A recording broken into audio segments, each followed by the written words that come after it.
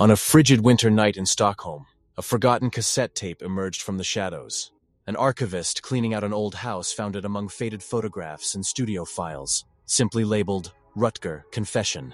The discovery sent chills through those who first heard it. The tape crackles to life, playing an old ABBA instrumental. Then, a voice, low and urgent, begins to speak. It belonged to Rutger Gunnarsson, the longtime bass guitarist for ABBA, and the words were like nothing the world had ever heard from this happy pop group. ABBA, a Swedish quartet formed in 1972, was the world's biggest pop phenomenon of the 1970s. They stunned Europe with Waterloo in 1974, and went on to sell an estimated 385 million records worldwide. Songs like Dancing Queen, Mamma Mia, and Fernando became anthems for a generation. But on this tape, Gunnarsson claims those very songs hid something much darker. In this exclusive report, we peel back the glittering veneer of disco and reveal a tale of mystical ceremonies, secret messages, and the voice of a man who says the music itself was haunted.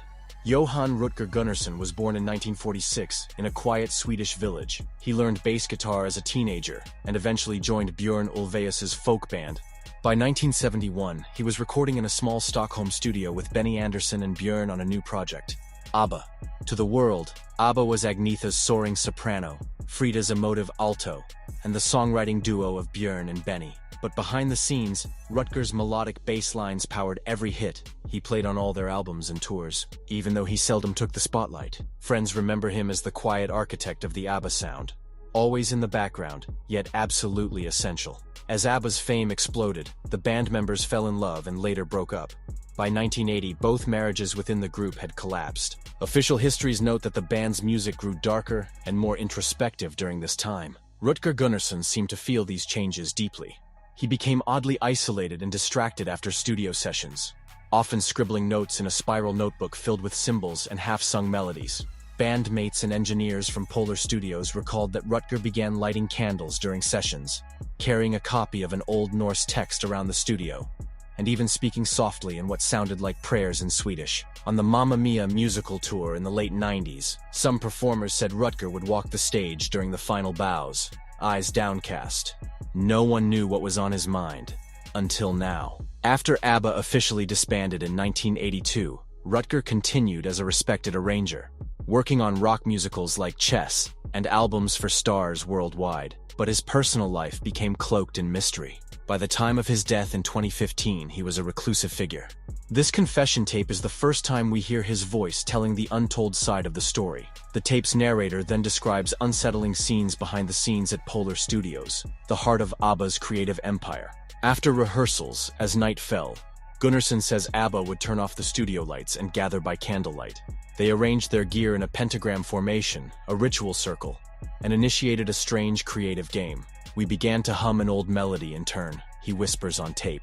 It started with just a hum, but then our instruments seemed to join themselves. The melody grew, and we didn't stop it. On the tape, Rutger recalls one night in 1979.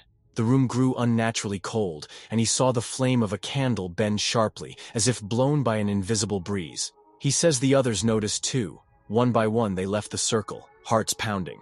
Rutger stayed and finished the melody on his bass. That tune, he says, was the first to feel alive. He also mentions a mysterious engineer known only as the Watcher. On the tape, Rutger credits this hooded figure with monitoring the midnight sessions from a back room. No one outside the band ever spoke to the Watcher. He appears in Rutger's confession as a quiet sentinel, a gatekeeper to whatever unseen force they were channeling. By 1981, after the last ABBA tour, Gunnarsson felt that something had been unleashed. I carried a key in my pocket, he says. It was the key to something terrible that we let into our songs. Now convinced something dark was at work, Rutger began listening to ABBA's music in a new way. He listened for clues in every note. ABBA's sound itself shifted, without the band fully realizing why. The disco beats of Voulez-Vous and Lay All Your Love on Me suddenly carried an eerie echo. In Under Attack, he says, the siren-like synth line at the end wasn't planned. It was something the machine began to sing on its own. These are the details he shares on tape with a tone of disbelief. And then the lyrics. Songs once seen as happy actually contained undercurrents of fear. In The Day Before You Came, where routine is told in a monotone, he claims the repeated doorbell chime feels like a countdown. In Slipping Through My Fingers, a lullaby about children growing up, He noticed that during recording, one voice seemed to choke back a sob, though no one knew until he played the track back at midnight. Online, fans found their own clues. For instance, a conspiracy blog pointed out that Dancing Queen, the ultimate party song, has a short musical break that, when reversed, sounds uncannily like a voice saying, "See me" in Swedish. Amateur mashups highlight how a section of Money Money Money can sound like a distant church organ toll when played backward. A few enthusiasts even charted the notes and found a minor chord hidden behind the major key, something a demonologist might call a whisper from beyond. It might sound like coincidence, but consider some famous cases. The Eagles' Hotel California was rumored to have a backward message, "Satan, he hears this." The Beatles once sparked a global frenzy with Revolution 9, supposedly a voice saying, "Turn me on, dead man," when played backward. If those rock giants had their legends, why not pop legends? Either way, Rutger's tape lit a spark in the fan community. People stacked ABBA vinyl on turntables and spun them backward, scoured lyric sheets for ciphers, and even overlaid spectrograms on album covers.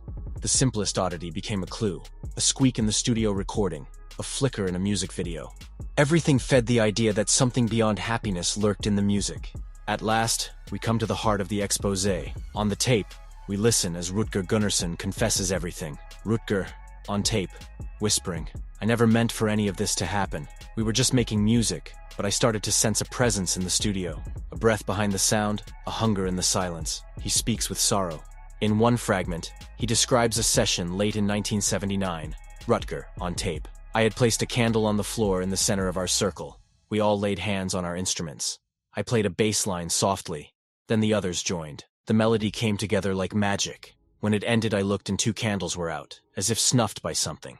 I realized then we weren't alone." On the tape, Gunnarsson admits that the melody they completed that night was Lily of the Valley, a track never released. He believed the spirit had chosen it as its secret gift, a lullaby for the darkness. "They called it our little secret," he says softly. Rutger, on tape, tearful.